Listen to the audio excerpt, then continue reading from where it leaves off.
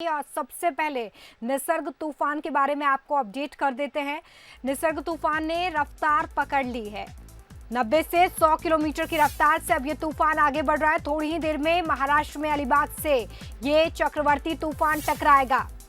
तो वहीं दूसरी तरफ मध्य प्रदेश के 45 जिलों में भी बारिश की संभावना है। गुजरात में भी भारी बारिश का अलर्ट जारी किया गया है। तेजी से महातूफान अब आगे बढ़ रहा है।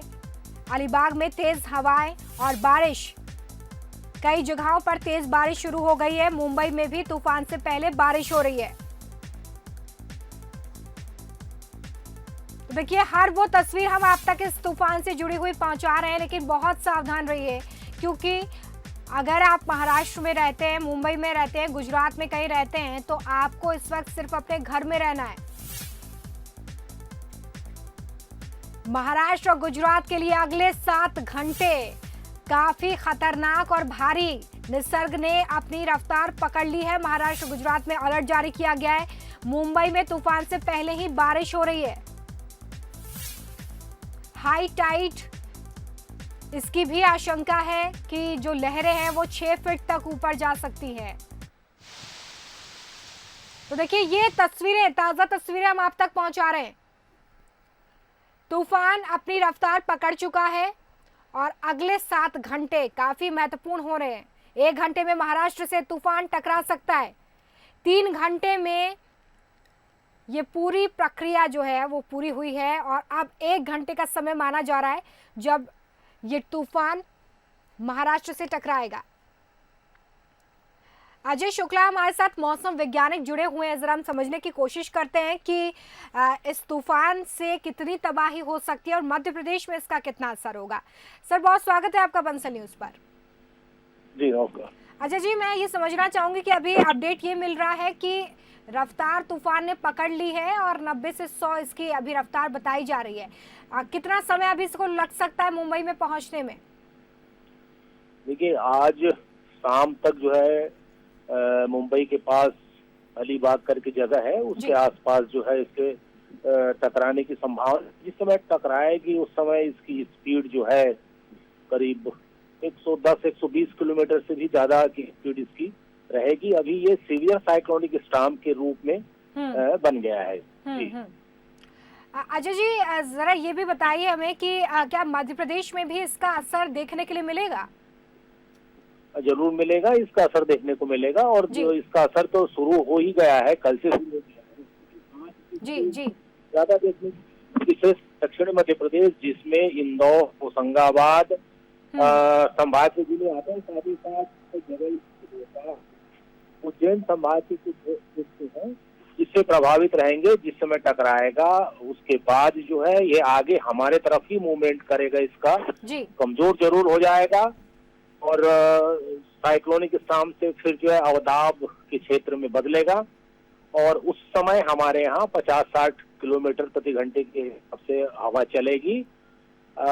लाइटनिंग होगी, गरज चमक के साथ वर्षा होगी और चूंकि स्पीड ज्यादा रहेगी इसलिए कुछ नुकसान भी होने की संभावना है। पेड़ पौधे गिरेंगे और केला वगैरह की जो फसल पर्टिकुलर खंडवा, बुरहानपुर वगैरह में रहती है तो उसको भी नुकसान होने की संभावना है। जी अजय जी, अभी ये भी बताया जा रहा है कि 7 घंटे जो है, अगले 7 घंटे वो काफ़ी भारी रहने वाले हैं। मतलब स्पीड इस तूफान की बहुत ज़्यादा तेज़ होगी।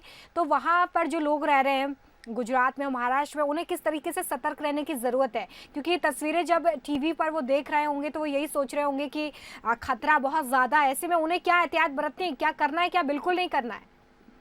देखिए, पिछले कुछ समय से हमारे डिपार्टमेंट और एनडीआरएफ मिलके जो है ज्वाइंट मूवमेंट चलाते हैं, तो उसमें पहले से ही हिदायत दी जाती है उनको और प्रैक्टिकली जो है एनडीआरएफ और एसडीआरएफ की टीम जाके समुद्र तट के आसपास मुनियादी कराते हैं और गांव वगैरह में या बाकी सब जो है, या उनका एक रेडियो चैनल भी चलता है, उसके माध्यम से उनको ये किया जाता है और शेल्टर हाउस भी आजकल बने हुए हैं, उसमें उनको रखा जाता है और पूरी सुविधाएं उनको दी जाती है। जी।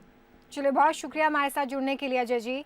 तो अजय जी बता रहे हैं कि जो तूफान है वो भारी तबाही मचा सकता है और अब से कुछ ही समय बाद, 1 घंटे का समय भी माना जा रहा है या इसमें थोड़ा सा और समय भी लग सकता है, जब गुजरात और महाराष्ट्र के तटीय इलाकों में ये तूफान अपनी दस्तक देगा। इस वक्त उसने रफ्तार पकड़ ली है और काफ़ी तेज़ी से वो आगे बढ़ रहा है। कुछ मिनटों में ही बात ये माना जा रहा है कि तटीय इलाकों में It depends on the speed and intensity of the tide. We are assuming as per hour orders 80 to 100 km per hour can be. So it, as you can think about it, it will be very devastating. So it will harm the old buildings and coastal areas, approx many houses. So that's why we have evacuated most of them. Sir, what are the number of houses that has been evacuated? What are the number of people?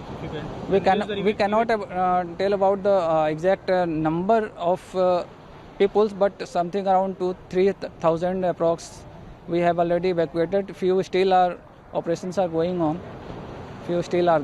Sir, operations are going on in which areas of evacuation? If you could please This nearby whole coastal areas. It's we are looking from here to there. As you can see, whole coastal areas. Are people cooperating with evacuation work being done? Of course, civil administration is also there, and like panchayat and collector and everyone, every officers are being cooperative. So we are looking forward to it. We will try to manage it, whatever less harm can be done. Okay. Navy ने भी अपनी तरफ से जो तैयारी है वो की है। चक्रवात निसर्ग को लेकर अलर्ट जारी किया गया है। 6 टीमें जो हैं नेवी की वो मुंबई में तैनात की गई है और इस वक्त देखिए ये ताज़ा तस्वीरें हम आप तक पहुंचा रहे हैं। एनडीआरएफ की टीमें जो हैं पूरी तरीके से यहाँ पर मुस्तैद बनी हुई हैं, सतर्क बनी हुई हैं और काफ़ी तेज़ी से अब ये तूफान आगे बढ़ता हुआ निसर्ग तूफान मुंबई में 70 साल बाद इस तरह के तूफान का सामना मुंबई को करना होगा। बांद्रा वर्ली सी लिंक पर आवाजाही को रोका गया है। निसर्ग तूफान के कारण आवाजाही पूरी तरीके से बंद की गई है। एनडीआरएफ की टीमें तैनात हैं गुजरात में। महाराष्ट्र का मुंबई सबसे ज्यादा इस वक्त अलर्ट पर रखा गया, हाई अलर्ट पर, और तस्वीरें हम आप तक लगातार पहुंचा रहे हैं। महाराष्ट्र गुजरात पर अगले जो कुछ घंटे हैं वो काफी भारी रहने वाले हैं। निसर्ग को लेकर इस वक्त हर पल की अपडेट हम आप तक पहुंचा रहे हैं। अरब सागर में उठा चक्रवाती तूफान निसर्ग कुछ घंटे बाद ही महाराष्ट्र के हरिहरेश्वर और दमन के बीच तट से टकरा सकता है। इस दौरान मुंबई, रायगढ़, ठाणे जिलों में तेज हवा चलने की आशंका पहले से जताई गई थी और वहां पर तेज हवा चलने भी शुरू हो गई है। मुंबई में कई जगहों पर इस वक्त बारिश हो रही है। इस वक्त तेज रफ्तार से महाराष्ट्र के तट की तरफ बढ़ता हुआ निसर्ग तूफान। आपको बता दें कि तूफान के तट से टकराने की पूरी प्रोसेस करीब 3 घंटे तक चलेगी, यानी कि 3 घंटे तक ये तूफान वहां पर रहने वाला है। गुजरात से भी ये टकराएगा। हर पल का अपडेट हम आप तक पहुंचा रहे हैं। जहां पर ये तूफान टकराने वाला है वहीं की ये तस्वीरें।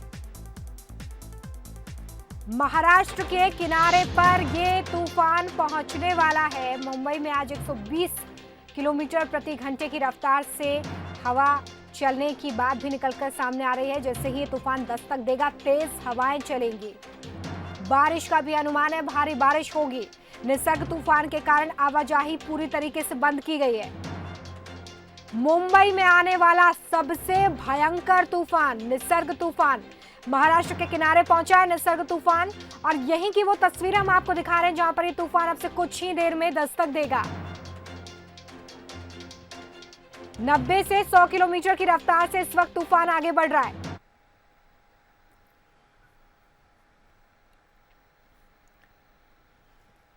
छत्तीसगढ़ से हमारे साथ मोहन जो है वो जुड़े हुए हैं। मोहन हमें ये बताएंगे कि किस तरीके की वहां पर तस्वीर है। मोहन, निसर्ग तूफान जो है वो रफ्तार पकड़ चुका है और कुछ ही समय में अब वो महाराष्ट्र के तटों पर दस्तक देगा। वहां क्या माहौल है?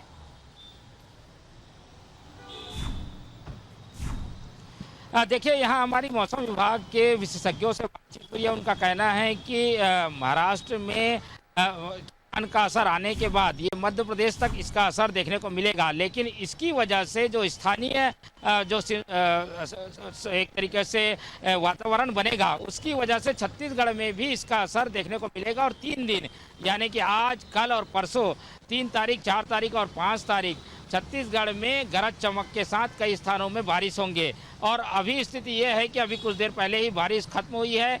सुबह से जो है बादल छाए हुए थे, मेरे पीछे आप देख घने बादल जो है वो दिखाई दे रहे हैं, और वो आज सुबह से हैं। और ये करीब 24 घंटे बादल छाए रहने के आसार मौसम विभाग के द्वारा जताए गए हैं। बारिश अभी अभी थमी है। बारिश की वजह जो है, जो वो स्थानीय सिस्टम बना जो हुआ है उसको बताया जा रहा है, लेकिन ये असर उस तूफान का भी है जिसकी वजह से वातावरण में पूरे मध्य प्रदेश से लेकर छत्तीसगढ़ के उत्तर और पश्चिमी इलाकों में नमी बनेगी, जिसकी वजह से वातावरण इस ढंग से रहेगा कि बारिश की संभावना बनी रहेंगी। तो उसका असर देखने को मिलने लगा है। और अभी छत्तीसगढ़ के रायपुर, दुर्ग, कवर्धा इलाके में बारिश हुई है, और ये बारिश जो है अगले 3 दिन तक रह कर हो सकती है। मौसम विभाग ने अपनी चेतावनी में इस बात का भी जिक्र किया है कि निसर्ग तूफान जो है उसका असर ये होगा कि छत्तीसगढ़ में तेज़ हवाएं चलेंगी, और इसकी वजह से कई जगहों पर बारिश हो सकती है। तो असर देखने हमें यहाँ भी मिलेगा। और आज जो असर है वो हल्का हल्का दिखने भी लगा है।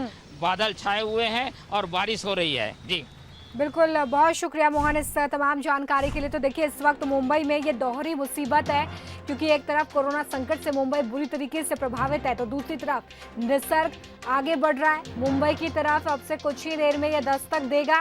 तेज हवाएं चलने लगी। इस वक्त 90 से 100 जो स्पीड है वो इस तूफान की, जिस स्पीड से ये आगे बढ़ रहा है, 90 से 100 किलोमीटर प्रति घंटे की रफ्तार तूफान ने अख्तियार कर ली है।